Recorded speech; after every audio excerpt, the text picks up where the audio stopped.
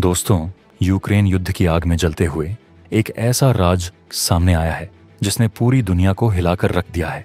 New York से लेकर Kyiv तक हर न्यूज़ चैनल, हर टॉक शो, हर डिफेंस फोरम पर बस एक ही सवाल गूंज रहा है। क्या रूस की विनाशकारी ताकत के पीछे भारत की तकनीक भी शामिल है? क्या वो मिसाइलें जो यूक्रेन की धरती को कंपा रही थीं, जिनकी गूंज सीमाओं के पार तक सुनाई दे रही थी, उनमें भारत के बनाए हुए पुर्जे लगे थे? 7 अप्रैल 2025 को यूक्रेन की मिलिट्री इंटेलिजेंस ने एक रिपोर्ट जारी की जिसमें यह सनसनीखेज दावा किया गया कि रूस के एक अत्याधुनिक हथियार में भारतीय मूल का कंपोनेंट मौजूद था। यह खबर किसी आम रिपोर्ट की तरह नहीं आई। यह भारत के डिफेंस सेक्टर की गूंज बनकर पूरी दुनिया में फैल गई। और सबसे चौंकाने वाली बात यह है कि यह पहली बार था जब रूस की ओर से इस्तेमाल हो रहे किसी हथियार में भारत का नाम इस तरह सामने आया, खुलकर, प्रमाण के साथ। ये सिर्फ एक रिपोर्ट नहीं थी, ये उस दोस्ती की परछाई थी जो दशकों से भारत और रूस के बीच गहराई में बसी है। लेकिन इस खुलासे ने सिर्फ सवाल नहीं खड़े किए, बल्कि यह संकेत भी दिया कि भारत की टेक्नोलॉजी अब सिर्फ सीमाओं तक सीमित नहीं, बल्कि वह जंग के मैदानों की दिशा तक तय कर रही है। तो आखिर क्या था वो कंपोनेंट, कैसे पहुंचा वो रूस तक, और क्यों मच गया इस खबर के बाद वैश्विक मंच पर टहलका?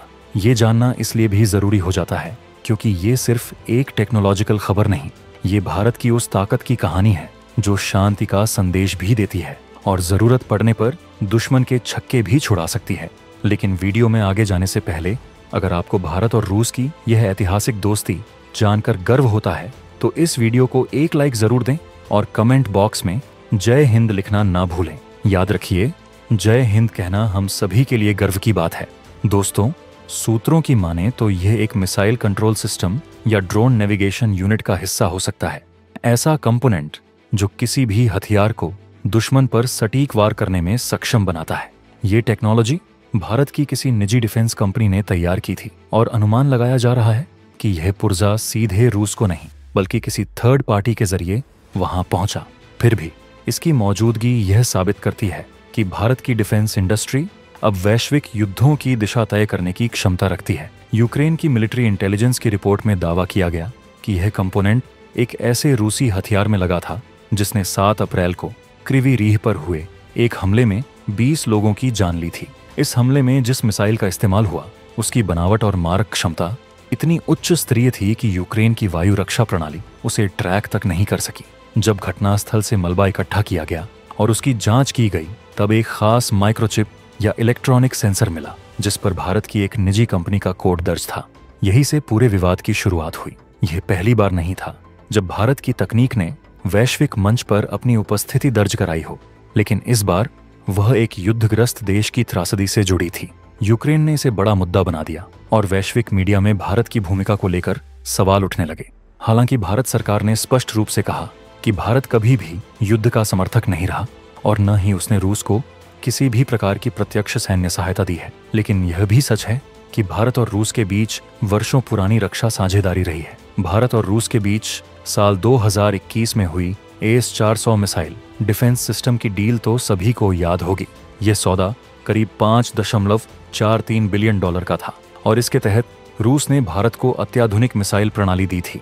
लेकिन उससे पहले और उसके बाद भी भारत ने रूस को कई टेक्नोलॉजी और पार्ट्स एक्सपोर्ट किए हैं। भारत की 200 से ज्यादा निजी कंपनियां जैसे Tata advanced systems, Bharat electronics limited, Bharat dynamics limited और लार्सन एंड टूब्रो अब रूस को सीधे या परोक्ष रूप से तकनीकी उपकरण भेजती रही हैं। माना जा रहा है कि जिस कंपोनेंट की बात की जा रही है वह इन्हीं कंपनियों में से किसी एक द्वारा विकसित किया गया था। विशेषज्ञों का मानना है कि भारत ने यह कंपोनेंट किसी अन्य देश को बेचा होगा और फिर रूस ने उसे उस देश से हासिल किया होगा। यह भी मुमकिन है कि यह उपकरण डुअल यूज टेक्नोलॉजी में आता हो, यानी इसे सिविल और मिलिट्री दोनों कामों में इस्तेमाल किया जा सकता हो। अब जब यह रिपोर्ट आई तो अमेरिका और यूरोपीय यूनियन के कान खड़े हो गए। अमेरिका ने पहले भी भारत पर दबाव बनाया था कि वह रूस से हथियार न खरीदे, लेकिन भारत ने हर बार स्पष्ट किया कि उसकी विदेश नीति स्वतंत्र है और वह अपने हितों के आधार पर निर्णय लेता है। प्रधानमंत्री नरेंद्र मोदी ने संयुक्त राष्ट्र में भी कहा था, यह युद्ध का युग नहीं है, लेकिन भारत की टेक्नोलॉजी अगर युद्ध के मैदान में इस्तेमाल हो रही है तो यह उसकी ताकत का परिचायक है। भारत की डिफेंस इंडस्ट्री का ग्रोथ पिछले 10 वर्षों में अद्भुत रहा है। 2014 में भारत का डिफेंस एक्सपोर्ट सिर्फ 2.66 बिलियन था, जो 2024 तक बढ़कर 2.63 बिलियन हो गया है, यानी लगभग 4 गुना वृद्धि।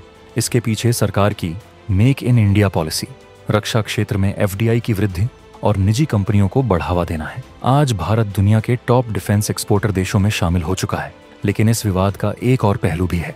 यूक्रेन की रिपोर्ट के मुताबिक यह कंपोनेंट हथियार के नेविगेशन सिस्टम का हिस्सा था, जो टारगेट की सटीकता और मार्ग क्षमता को कई गुना बढ़ा देता है। क्रिवी रीह पर जो मिसाइल गिरी, उसने सिर्फ इंसानी जानें ही नहीं ली, बल्कि इंफ्रास्ट्रक्चर को भी तहस नहस कर दिया। ऐसे में जब जांच में भारतीय पुर्जे का नाम सामने आया, तो यूक्रेन ने इसे युद्ध में भारत की छिपी भागीदारी करार दिया। हालांकि भारत ने इस दावे को सिरे से खारिज कर दिया और कहा कि अगर कोई कंपनी ने किसी देश को तकनीक बेची है, तो भारत सरकार को उसकी जिम्मेदारी नहीं दी जा सकती। भारत का कहना है कि वह सभी अंतर्राष्ट्रीय नियमों का पालन करता है और उसका लक्ष्य वैश्विक शांति है। फिर भी इस घटना ने भारत के डिफेंस सेक्टर को सुर्खियों में ला दिया है। वहीं दूसरी तरफ रूस की प्रतिक्रिया इस पूरे मामले में बहुत ही चुपचाप रही है। रूस ने न तो इस कंपोनेंट के अस्तित्व को स्वीकार किया और न ही इससे इनकार किया, लेकिन जानकारों का मानना है कि रूस, जो कि यूक्रेन युद्ध में भारी दबाव झेल रहा है, उसे ऐसे तकनीकी सपोर्ट की सख्त जरूरत है और अगर भारत जैसे तकनीकी ताकतवर देश से यह मदद मिलती है तो वह उसका स्वागत ही करेगा। भारत और रूस की दोस्ती सिर्फ डिफेंस तक सीमित नहीं है। जब 2022 में युद्ध की शुरुआत हुई और रूस पर अमेरिकी और यूरोपीय प्रतिबंध लगे, तब भारत ने रूस से सस्ते दामों पर क्रूड ऑयल खरीदकर उसे आर्थिक संजीवनी दी। भारत की यह चाल इतनी जबरदस्त थी कि न सिर्फ हमारी अर्थव्यवस्था को फायदा मिला, बल्कि रूस की तेल बिक्री में आई गिरावट भी थम गई। रिपोर्ट्स के मुताबिक भारत ने 2022 से 23 में रूस से प्रतिदिन औसतन 1.53 मिलियन बैरल तेल खरीदा, जो पहले की तुलना में 20 गुना अधिक था। इस डील की कुल कीमत लगभग 35 अरब डॉलर थी। यही नहीं, 2025 के पहले क्वार्टर में रूस ने भारत में 50 अरब डॉलर के निवेश का ऐलान कर दिया, जो कि इंफ्रास्ट्रक्चर, एनर्जी और डिफेंस सेक्टर में लगाया जाएगा। ये सारे घटनाक्रम एक बात को स्पष्ट करते हैं, भारत अब एकमात्र खरीदार नहीं, बल्कि वैश्विक शक्ति बनने की दिशा में कदम बढ़ा चुका है। अगर यूक्रेन की रिपोर्ट सही है, तो इसका एक और मतलब निकलता है, भारत की तकनीक अब उस स्तर पर पहुंच चुकी है जहां वह दुनिया की सबसे बड़ी युद्ध मशीनरी का हिस्सा बन रही है। चाहे वह मिसाइल हो, ड्रोन हो या इंटेलिजेंस सिस्टम, भारत की कंपनियां अब ऐसी तकनीक बना रही हैं जो आधुनिक युद्धों का चेहरा बदल सकती हैं। दुनिया भर में अब भारत को सिर्फ एक विकासशील देश नहीं, बल्कि एक डिफेंस टेक्नोलॉजी सुपर पावर की तरह देखा जा रहा है। और अगर रूस जैसे देश भारत की तकनीक पर भरोसा कर रहे हैं, तो इसका मतलब है कि भारत की शक्ति को अब नकारना किसी के लिए भी संभव नहीं है। तो दोस्तों, यह था वो बड़ा खुलासा जो यूक्रेन की रिपोर्ट से दुनिया के सामने आया है। भारत के पुर्जों ने रूस की जंग को नई धार दी है और यह भारत की डिफेंस इंडस्ट्री के लिए एक ऐतिहासिक मोड़ साबित हो सकता है। तो दोस्तों, अगर आप भी भारत की इस उपलब्धि पर गर्व महसूस करते हैं, तो इस वीडियो को लाइक करें, शेयर करें और चैनल को सब्सक्राइब नहीं किया है तो सब्सक्राइब कर लें। मिलिए हैं अगले वीडियो में। जय हिंद, जय भारत।